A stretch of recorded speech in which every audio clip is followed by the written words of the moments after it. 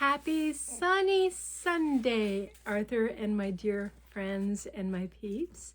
It is a beautiful day outside. I was just out playing in the snow, well, shoveling, but that's playing. And I didn't want to come back in. It was so nice out. Today, from the Peter Rabbit Giant Treasury, we have Squirrel Nutkin.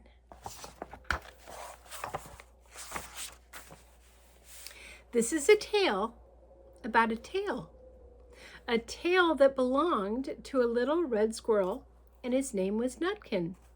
He had a brother called Twinkleberry and a great many cousins who lived in a wood at the edge of a lake. In the middle of the lake, there is an island covered with trees and nut bushes.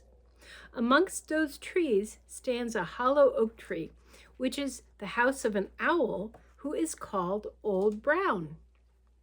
One autumn, when the nuts were ripe and the leaves on the hazel bushes were golden and green, Nutkin and Twinkleberry and all the other little squirrels came out of the wood and went down to the edge of the lake. They made little rafts out of twigs, and they paddled away over the water to Owl Island to gather nuts.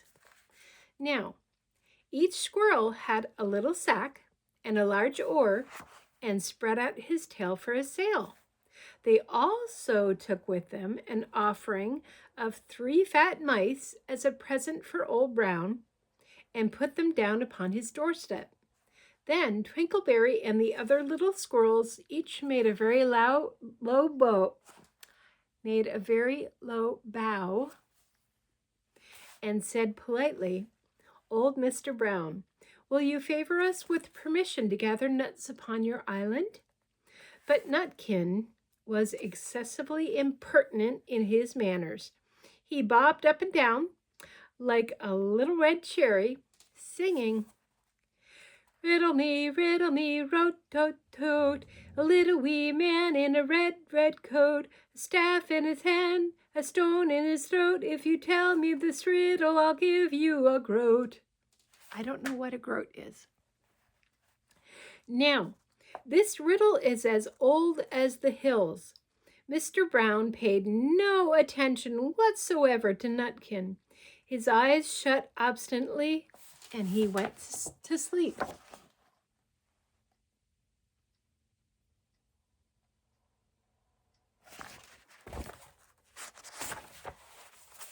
The squirrels filled their little sacks with nuts and sailed away home in the evening. Next morning, they all came back again to Owl Island, and Twinkleberry and the others brought a fine fat mole and laid it on the stone in front of Mr. Brown's doorway and said, "Mr. Brown, will you favor us with your gracious permission to gather some more nuts?" But Nutkin, who had no respect, began to dance up and down, tickling old Mr. Brown with a nettle and singing, "Old Mr. B, riddle me ree, hitty-pitty within the wall, hitty-pitty without the wall. If you touch hitty-pitty, hitty-pitty will bite you." Mr. Brown woke up suddenly and carried the mole into his house. He shut the door in Nutkin's face. Presently, a little thread of blue smoke from a wood fire came up from the top of the tree. Nutkin peeped through a keyhole and sang, "A house full, and you cannot gather a bowlful." The squirrels searched for nuts all over the island and filled their little sacks. But Nutkin, he gathered oak apples, yellow and scarlet, and sat upon a beech stump playing marbles and watching the door of old Mr. Brown. On the 3rd day, the squirrels got up very early and went fishing. They caught 7 fat minnows as a present for Old Brown. They paddled over the lake and landed under a crooked chestnut tree on Owl Island.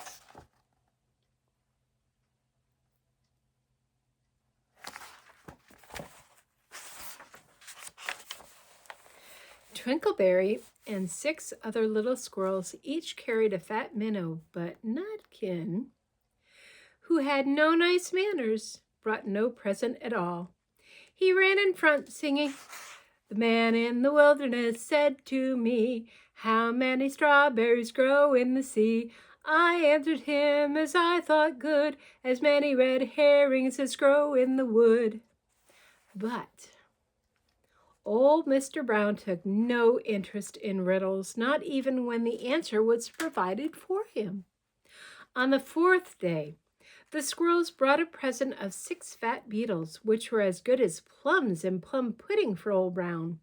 Each beetle was wrapped up carefully in a dock leaf, fastened with a pine needle pin. But Nutkin sang as rudely as ever. "Old Mr. B, riddle me ree, flower of England, fruit of Spain, met together in a shower of rain, put in a bag, tied round with a string. If you tell me this riddle, I'll give you a ring." Which was rather ridiculous of Nutkin because he had not got any ring to give to Old Brown. The other squirrels hunted up and down the nut bushes, but Nutkin gathered robin's pincushions off a briar bush and stuck them full of pine needle pins. On the 5th day, the squirrels brought a present of wild honey. It was so sweet and sticky that they licked their fingers as they put it down upon the stone. They had stolen it out of a bumblebee's nest on the tippy top of the hill, but Nutkin skipped up and down. He was singing, "Hum-a-bum, buzz, buzz, hum-a-bum, buzz. As I went over Tipple-time, I met a flock of bonny swine. Some yellow-nacked, some yellow-backed, they were the very bonniest swine that ever went over Tipple-time." Old Mr. Brown turned up his eyes in disgust at the impertinence of Nutkin, but he ate up the honey. The squirrels filled their little sacks with nuts, but Nutkin sat upon a big flat rock and played 9 pins with a crabapple and fir cones.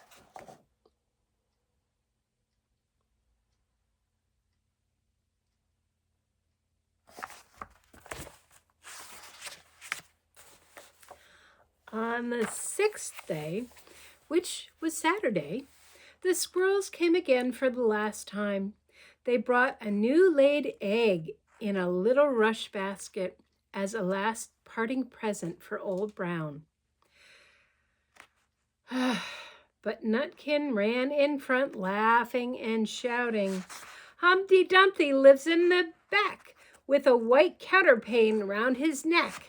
40 doctors and 40 wrights cannot put Humpty together to rights." Now, old Mr. Brown took an interest in eggs.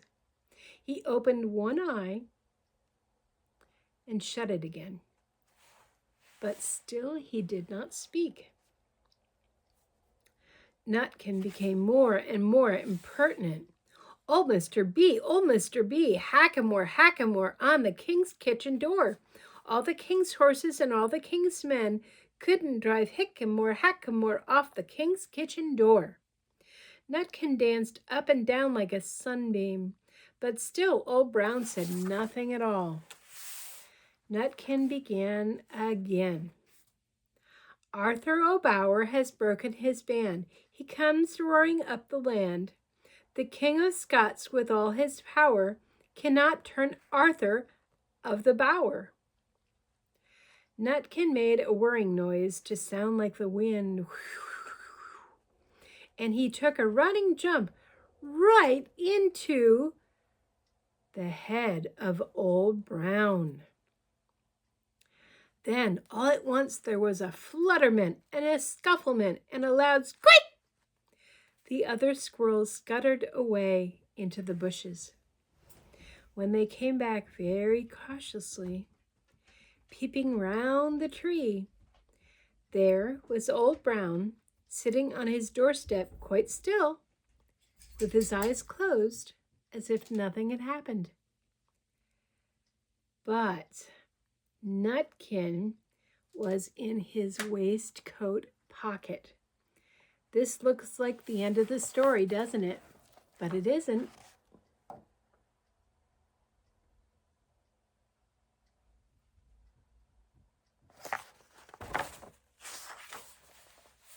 Old Brown carried Nutkin into his house and held him up by the tail, intending to skin him. But Nutkin pulled so very hard that his tail broke in two, and he dashed up the staircase and escaped out of the attic window. And to this day, if you meet Nutkin up a tree and ask him a riddle, he will throw sticks at you and stamp his feet and scold and shout, "Ka-ka-ka-ka-ka-ka-ka-ka-ka." The end.